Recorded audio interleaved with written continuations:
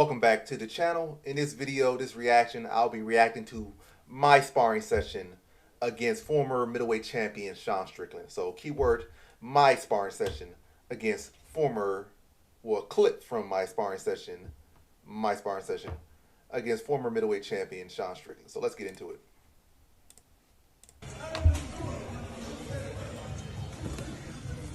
So let's see. I'm gonna watch it first, and then I'm gonna get more commentary. Yeah, Sean Strickland landed some stuff, a little bit goofy, but he landed some stuff on me. Good little jab from Sean Strickland, good little right hand. Sean Strickland applying pressure like always, good body kick land there from Sean Strickland. I'm still staying defensively sound. Sean Strickland not landing nothing too good off of me. Oh, I landed a nice little right hand there on Sean. Then another right hand on Sean. Hook right hand on Sean. So you see I'm biding my time. A weak kick from Strickland, no damage there. Slappy overhand. But yeah, I did a good job. I did much better than Izzy. Izzy fought him for 5 rounds. I did better in 40 seconds in that clip than Izzy did for 25 minutes. But yeah, I'm gonna slow it down a little bit and talk about it a little bit more. And then maybe the third watch through, I'll stop trolling. But for the first 2 watch throughs, I'm definitely still trolling. But yeah. Let's see.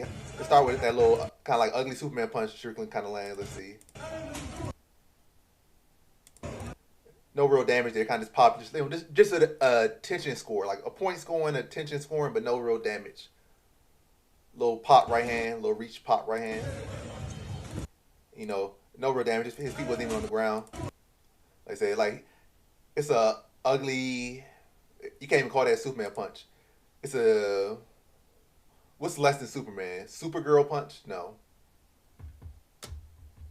But yeah, it's not Superman, it's not Supergirl, it's less than all of those. So he kind of just throws it out there, both his feet in the air when he's throwing it and landing it, no damage. Hook up top, straight to the body. My 1-2 falls a little bit short. Doing good defense. He lands the right hand. He does like a 4-punch combination, but only the right hand lands.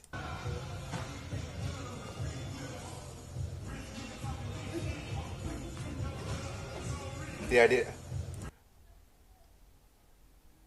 Much better defense because Izzy was way too square against Sean Strickland. He never was able to do that. You see how I just stay calm, stay composed. Not just roll with the right hand and make it miss. But yeah, Izzy don't have that. You see, I rolled with it. That's all you got to do. When you throw that right hand, roll with it.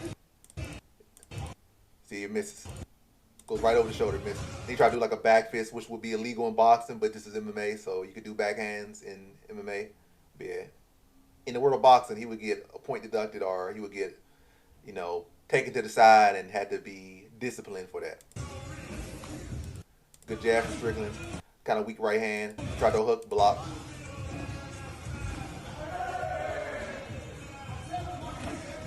Right in this moment, I'm being a little bit too cautious, a little bit too reserved. Like that, I could have cut an angle, got out of there, or I could have fired back there. Like Strickland, you know, doing too much thinking. He was standing right there. He was standing right there, hands down. I definitely could have caught him something right there. Could have took advantage, but he took advantage of me being inactive there. Look. That little right hand from Strickland.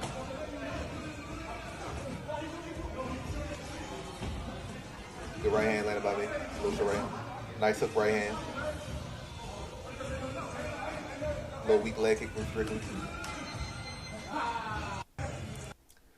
But yeah, again, third watch through. I'm not trolling no more. This is obviously not me, but it was probably like 2 years ago on my channel. Not no world spread. What language am I speaking? But not no widespread community joke because I'm nobody. I got a very small following that doesn't even really support me like that. So, but among the people that watch me, the 1,000 or whatever that regularly tunes in, or the 500 that watches twice, whatever it may be. Yeah, it was a joke where a lot of people were saying I look like Phil Rowe or Phil Rowe look like me and stuff. So that's the joke. But yeah, this is the third watch through, so I'm not joking no more. I'm just being honest. It's obviously not me. Obviously clickbait. But you know, some people don't got sense, so they're gonna take clickbait for reality. But again, obviously clickbait, obviously a joke, obviously an insider joke. But third watch through, and before I get to this third and final watch through, You know, Strickland loves the Philly shell. Phil Rowe, name is Phil, which is what 2 letters short of Philly. He also is a Philly fighter. So Strickland, who uses the Philly shell, versus a Philly guy named Phil. Yeah, interesting. Um, yeah, it's all in all interesting scenario, interesting sparring session. A Philly shell user versus a Philly fighter named Phil.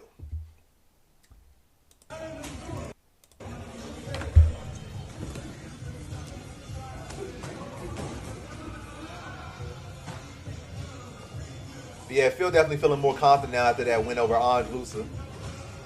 But then again, Phil always been pretty confident because he was trained with Herrera a couple times, trained with Machida, so he's been training with some killers.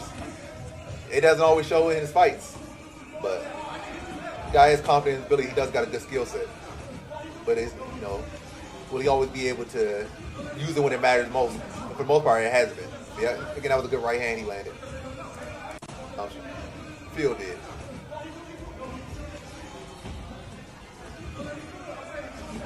That also kind of spammed it. Strickland was able to pick up that he kept throwing the same combination over and over. Kept getting closer to land the same combination. Hook right hand, like spamming. Hook right hand, hook right hand. How many times did he throw that in a row? Hook right hand 1. Right hand 2. Right hand 3. He do it like 3 times in a row. Third time with the charm for the land flush.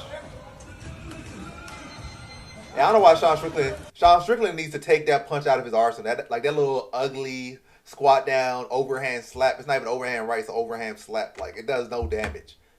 It's a waste of energy. It looks goofy. Like, he needs to let that go and work on actually having a real overhand. Like, how you been supposed to be such this boxer, such this striker, former middleweight champion, and you still got this ugly strike in your arsenal that does nothing for you? Like, what is this? Let it go. What is this? It rarely ever lands, and when it does land, it does no damage. If anything, you're tearing your own shoulder up. You could break your hand, so you could throw your shoulder, pull your shoulder out the socket, break your own hand, and for what? I understand he kind of uses it as a defensive mechanism to get somebody off him or something, or it looks like he's trying to do something more. And I really feel like, maybe keep that in sparring sessions. Like, hey, it's sparring. But then again, what you spar is how you fight ultimately, especially with how much Strickland spars. He spars so much that when he fights like how he spars. Like, exactly how he spars. Like, other people like, oh, they got a sparring level and they got a fighting level. Strickland just has a sparring level. Like, he fights how he spars. Every now and then he might go a little bit above that. But for the most part, he's at that level. Whereas other people, like, they're clearly not fighting at this rate. They're not fighting at that rate. Then they fight, like, they spar here, but they fight here. Is probably what it should be. Like, you fight here, like, because you can afford to take damage. You're getting paid to do that. These matter, but like Strickland, like, he spars at the same level. Sometimes he even spars harder than he fights. If anything, matter of fact, he spars harder than he fights more often than he. So he's like the opposite. It's kind of here, but sometimes here, sometimes there. Butterflies, like, they spar here, but they fight here. Like, Strickland is like the opposite. But yeah, that's about all I gotta say for that reaction. But yeah, thanks for watching, guys. Like, comment, subscribe. What are y'all thoughts on the sparring session? And what are your thoughts on Sean Strickland's career going forward and Phil Rowe's career going forward? Do you think Phil Rowe can make a good turnaround and turn into a standout fighter? Or do you think Phil Rowe is just kind of always going to be subjugated to being like a lower pack fighter that this, company man type fighter? Or do you think he can excel and turn to a fight that can really start to storm up the ranking? Like, he's still young enough to do that if, he made that shift. Sean Strickland at one point was, I would say he was lower pack. He was never where Phil Rowe was for the most part, but he definitely wasn't somebody you saw as being a future champion. And we saw him going. We saw Bilal, kind of same position. Sean Strickland, like, Bilal definitely was never no scrub, but you never saw him as a future champion. He went on to become champion. RDA, like, he kind of was like that middle of the pack guy. He went on to become champion. So it's definitely been guys that were middle of the pack. Phil Rowe hasn't really proven to be middle of the pack yet, but do you feel like he could be one of those people that shift and maybe jump to middle of the pack? And there's been guys like Matt Brown was kind of like where Phil Rowe is, and he did turn into a fighter that kind of was on the cusp of a title shot, went on like a 7-fight winning streak. So that could be like Phil Rowe. He could be like a Matt Brown. Again, he could be a Matt Brown. He could be less. He could be more. He could be his own man.